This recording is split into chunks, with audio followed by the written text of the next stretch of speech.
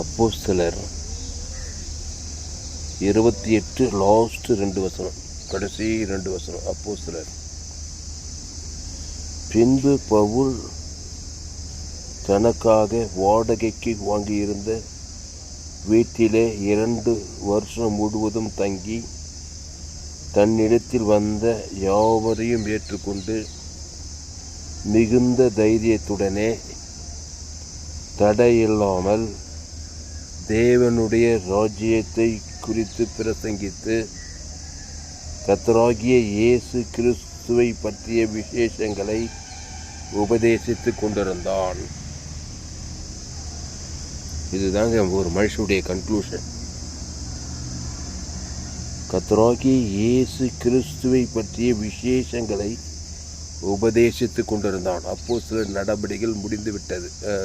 அது அப்படியே கண்டினியூ ஆகுது. அப்புறம் கொரிந்தியர், ரோமாபுரி பட்டணம், தெசலோனிக்கேருக்கு போகிறாரு, கலாத்தியருக்கு போகிறாரு, எபேசு பட்டணத்துக்கு போகிறாரு. அப்போது அப்போஸ்தலர் 28 லாஸ்ட் வசனத்தில் மிகுந்த தைரியத்துடனே தடையில்லாமல் தேவனுடைய ராஜ்யத்தை குறித்து பிரசங்கி. தேவனுடைய ராஜ்யத்தை குறித்து பிரசங்கம் பண்ணு. தேவனுடைய ராஜ்யம், ஆண்டவராகிய இயேசு கிறிஸ்துவை பற்றிய விசேஷங்களை உபதேசித்து கொண்டிருந்தானோ. நீ என்ன பண்ண போற? தேவனுடைய ராஜ்யத்தை குறித்து பிரசங்கம் பண்ணலாம். சாத்தானுடைய ராஜ்யத்தை பிரசங்கம் பண்ணுவேன். இயேசு கிறிஸ்துவை பற்றிய விசேஷங்களை உபதேசிக்கலாம். ஆதாமை பற்றிய விசேஷம் என்ன விசேஷம்? ஆதாம் கிட்ட பாவம் மரணம் தான் இருக்குது. கண்களின் நிச்சயம், மாம்ச சூழி, நீதி அநீதி தான் இருக்குது ஆதாம் கிட்ட. அந்த விசேஷங்களை உபதேசிக்கிறதுனால சாகவே சாவாய். இயேசு கிறிஸ்துவை பற்றிய விசேஷங்கள், அவர் ஜீவ வார்த்தை, அவர் இயேசு கிறிஸ்துக்குள் ஆமென்றும் ஆமென்று வாக்கு தத்துவம், அவர் தேவ நீதித்து உடித்ததல், அந்த விசேஷங்களை உபதேசி ஜனங்களுக்கு. ஆதாம்குள்ளே பிறந்து நன்மத்தேம காரியத்தை உபதேசி பாவத்தில் மரணத்தில் சிக்கி தவிக்கிறான். நீ இயேசு கிறிஸ்துவை பற்றிய விசேஷங்களை அப்போஸ்தலர் 28:31 மிகுந்த தைரியத்துடனே தடையில்லாமல் தேவனுடைய ராஜ்யத்தை குறித்து பிரசங்கித்து கர்த்தராகிய இயேசு கிறிஸ்துவை பற்றிய விசேஷங்களை உபதேசித்து. இயேசு கிறிஸ்து வந்து ஆவியானவரை குறிக்கிறது, அபிஷேகத்தை குறிக்கிறது. இயேசு கிறிஸ்து ஆமண்ட வாக்கு தத்துவம். ஆவியானவருக்குள்ள தேவ நீதி டுவிது இயேசு கிறிஸ்து ஆமண்ட வாக்கு தத்துவம். என் பிதா ஜீவனுடையவராக இருப்பது போல குமாரனும் ஜீவனுடையவராக இருக்கிறார், ஆவியானவரும் ஜீவனுடையவராக இருக்கிறார். அந்த ஜீவனில் தேவ நீதிட்டு உழித்ததில் இருக்குது. அப்போது கர்த்தராகிய இயேசு கிறிஸ்துவை பற்றிய விசேஷங்களை உபதேசித்து கொண்டிருந்தான். அப்போஸ்தலர் 28 கடைசி வசனம், மிகுந்த தைரியத்துடனே தடையில்லாமல். நீங்கள் கூட தடையில்லாமல் மிகுந்த தைரியத்துடன் சாத்தானுடைய ராஜ்யத்தை குறித்து பிரசங்கம் பண்ணாத. அதையெல்லாம் பிரசங்கம் பண்ணி உலகம் ஃபுல்லாக பிரசங்கம் பண்ணிக்கிறாங்க. என் தாயினை பாவத்தில் கர்ப்பம் தரித்தால் நான் துர்குணத்தில் உருவாயிருக்கிறேன். அந்த பாவத்தையும் மரணத்தையும் தரித்திரத்தையும் பாதாளத்தையும் அதை பிரசங்கம் பண்ணி ஆதாமுடைய காரியத்தை விசேஷத்தை உபதேசிக்கிறதுனால உனக்கே சாபம். உன்னிமித்த பூமியே சபிக்கப்பட்டிருக்கும். பாவத்தின் சம்பளம் மரணம் தான் வரும். அப்படின்னே பண்ணோம். இயேசு கிறிஸ்துவை பற்றிய விசேஷங்கள் என்னதான்? இயேசுவை பற்றி தெரியணும், இயேசுவை ஏற்றுக்கொள்ளணும். அந்த இயேசு தேவ நீதித்து உயிர்த்ததில் அவர் பரலோக ராஜ்யம், அவர் வானத்துக்குள்ள சகல அதிகாரம், ஜீவ உலகம், ஜீவ வானம், ஜீவ பூமி, ஜீவ சர்ரம், ஜீவ ரத்தம், அதுதான் அவருடைய விசேஷம். ஆதி அமர்ந்து வெளிப்படுத்தல் வரைக்கும் ஆமென்ற வாக்கு தத்தங்களை உபதேசிக்கிறது.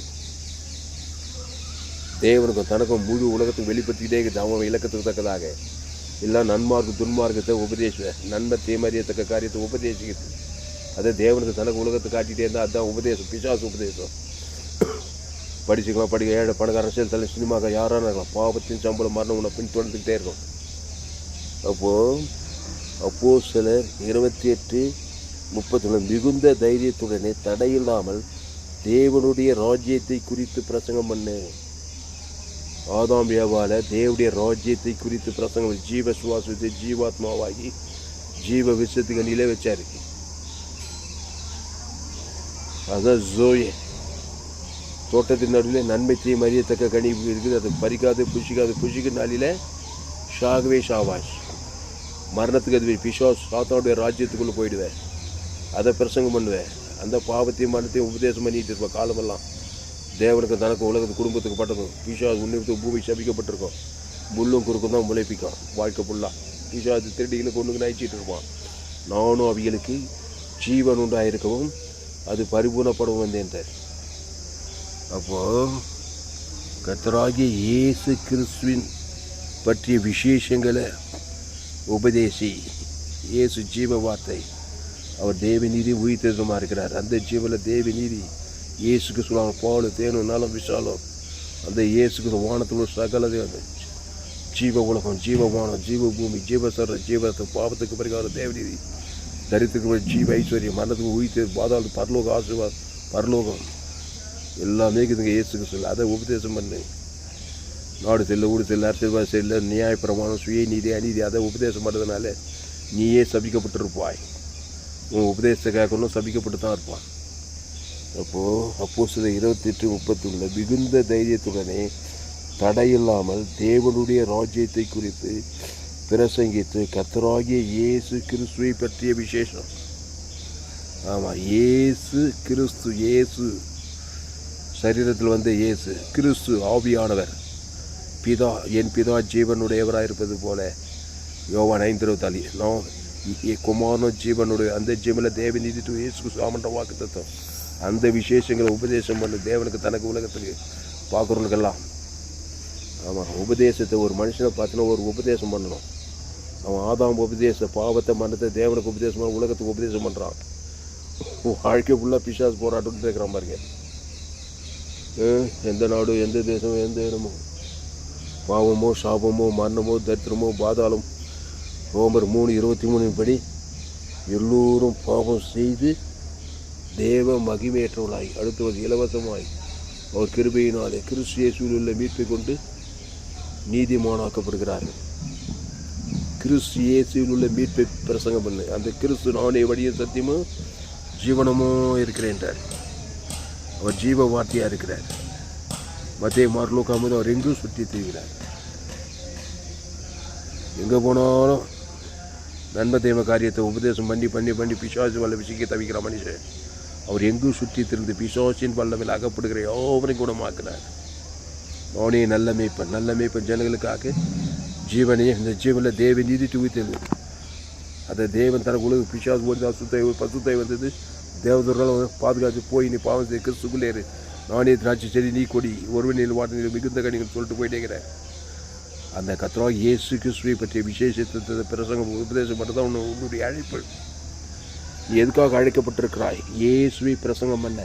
அந்த இயேசு இயேசு கிறிஸ்துவில் ஆமற்ற வாக்கு தத்துவம் தேவ நீதி உயிர்த்தது பரலோக ராஜ்யம் பிதாகுமார் பசுத்தாக்கி ஆதாம் முழு உலகத்துக்கு வாய்நாள்லாம் வெளிப்படுத்தி, இடைவிடாமல் வெளிப்படுத்தி, எக்காலத்து வெளி சோத்து முகாம் வெளிப்படுத்தி. இங்கே அப்போஸ்தலர் 28:31 மிகுந்த தைரியத்துடனே தடையில்லாமல் தேவனுடைய ராஜ்யத்தை குறித்து பிரசங்கித்து கர்த்தராகிய இயேசு கிறிஸ்துவை பற்றிய விசேஷங்களை உபதேசித்து கொண்டிருந்தான் பவுல். செயின்ட் பவுலும் இனி நான் அல்ல இயேசுவே எனக்குள் பிழைத்திருக்கிறான். சவுலு பவுலா மாதிரி இனி நான் அல்ல இயேசுவே எனக்குள் பிழைத்திருக்கிறார். இனி நான் அல்ல, கிறிஸ்து எனக்குள் ஜீவிக்கும். கிறிஸ்து எனக்கு ஜீவன் சொல்கிறான் பாருங்க. கிறிஸ்து அவர் நன்மை தீமை அறியத்தக்கவர் இல்லை, அவர் சுயநீதி அறிவிக்கிறார். இயேசு அவர் நானே வழியும் சத்திச்சு அதை தேவ நீதி உயிர்த்தெழுமாக்கிறார். அதை உபதேசம் பண்ணு. பிதாகுமார் ஆதாம் முழு உலகத்துக்கு அசுத்தாய் போய்த்தான் அவன் பரிசுத்தாய் வருவார், தேவதூர் வருவார். அங்கே அற்புதம் நடந்து தான் தரும். பாவத்தையும் மரணத்தை தடுத்தது பாதாளத்தையும் பேசாத. பிசாசு உரிமையாக வந்து திருடுவான், கொள்ளுவான், அழிப்பான். நானும் அவைகளுக்கு ஜீவன் உண்டாக்கி அது பரிபூர்ணப்படம் வந்தேன். இந்த பசு பிதாவை இந்த அருமையான மதிய வேலையில் இந்த இடத்துல வந்து ஆண்டவருடைய செய்தி கொடுக்க செய்த கிருபைக்காய் நன்றி செலுத்துகிறோம். சத்தியத்தை அறிவியல் சத்தியம் உங்களை வெளியிலாகும். இயேசுவே வழி, இயேசுவே சத்தியம், இயேசுவே ஜீவன். ஆண்டவர் இயேசு எங்கும் சுற்றி திருந்து பிசாசின் வல்லமையில் அப்படி யாவரையும் குணமாக்குறாய் சுற்றி திறந்தார். அவர் ஜீவ வார்த்தை, அவர் தேவி நீதி உயிர்த்தல். அந்த பிதாக்கு ஆதாம் முழுவதுக்கு பசுத்தாய் இருக்கி நானே திராட்சை செய்து நீங்கள் கூடிய ஒருவனிலும் மிகுந்த கனிகள் கொடுப்பான் ஜீவ வார்த்தையை பிரசங்கம் பண்ணினார். அந்த ஜீவனை தேவனீட்டு ஊதில் பரலோக ராஜ்யத்தை பிதா ஆதாம் கட்ட வச்சுட்டே இருந்தார். அசுத்தாய் தோற்றி பசுத்தாய் இறக்கிட்டே இருந்தார். அந்த இயேசு கிறிஸ்துவை ஏற்றுவனை ஞானஸ்தானத்தில் திருவிருந்தில் பங்கெடுத்தினாங்க. ஜீவ இயேசு கிறிஸ்து ஆமட்ட வாக்குத்தத்தத்தை உபதேசிக்க அதை தேவன் தனக்கு உலகத்துக்கு அசுத்தாவித்தத்தை பசுத்தாய் இருக்கிறது செய்திக்கு பயன்படுத்தி ஆஸ்வதிக்கும்படி ஜெபிக்கங்க தான். இடைவிடாமல் அவன் தடையில்லாமல் மிகுந்த தைரியத்துடனே தேவனுடைய ராஜ்யத்தை குறித்து பிரசங்கம் பண்ணி கர்த்தராகிய இயேசு விசேஷம் தடையில்லாமல் உபதேசித்து கொண்டிருக்கும் பிரசங்கம் பண்ண உபதேசிக்க இந்த செய்திக்காக ஒரு பயன்படுத்தும்படி ஜெபிக்கவும் மாபெரிய இழப்பிலை கொண்டு வரும்படி ஜெபிக்கவும் இயேசு நாமத்தில் எல்லா ஜெபம் இருக்கும் எங்கள் ஜீவனில் நல்ல பிதாவே. கர்த்தருக்கு மகிமை உண்டாவதாக. என்னுடைய பேர் பாஸ்டர் தாமஸ். பரிபூர்ண ஜீவன் சபை சோழவரம் பகுதியில் எங்கள் சபை நடக்கிறது. ஒவ்வொரு நாட்டிலையும் ஆன்லைன் மூலமாக இந்த செய்தி ஃபேஸ்புக்கில் போங்க. துளசிராம் தாமஸ் சர்ச் பண்ணுங்கள். யூடியூப்பில் போயிட்டு ALC வெல்லூர் சர்ச் பண்ணுற சேனல், FGC வெல்லூர் ஒரு சேனல். இந்த சேனலெல்லாம் சப்ஸ்கிரைப் பண்ணிக்கொள்ளுங்க. உங்கள் நண்பர்கள் பிள்ளைகளுக்கெல்லாம் ஷேர் பண்ணுங்கள். குறைந்தது ஒரு 100 பேருக்காவது இந்த செய்தியை ஷேர் பண்ணுங்கள். இது நிச்சயமாக நீங்கள் ஆஸ்வதிக்கப்பட்டே தேவைகள். உங்கள் நண்பர்கள் பிள்ளைகளுக்கெல்லாம் அந்த குறைந்தது ஒரு 100 பேருக்கு இந்த செய்தியை ஷேர் பண்ணுங்கள். இந்த சேனலை சப்ஸ்கிரைப் பண்ணிக்கொள்ளுங்கள். கடைசி நாள் எப்படி தேவன் வல்லமையாக பயன்படுத்துவார். கர்த்தர் உங்களை ஆஸ்வதிப்பாராக. இந்த செய்தி 22/7/2025 வேலூர் பகுதியில் கொடுக்கப்பட்டது. கர்த்தர் உங்களை ஆஸ்வதிப்பாராக. ஆமென்.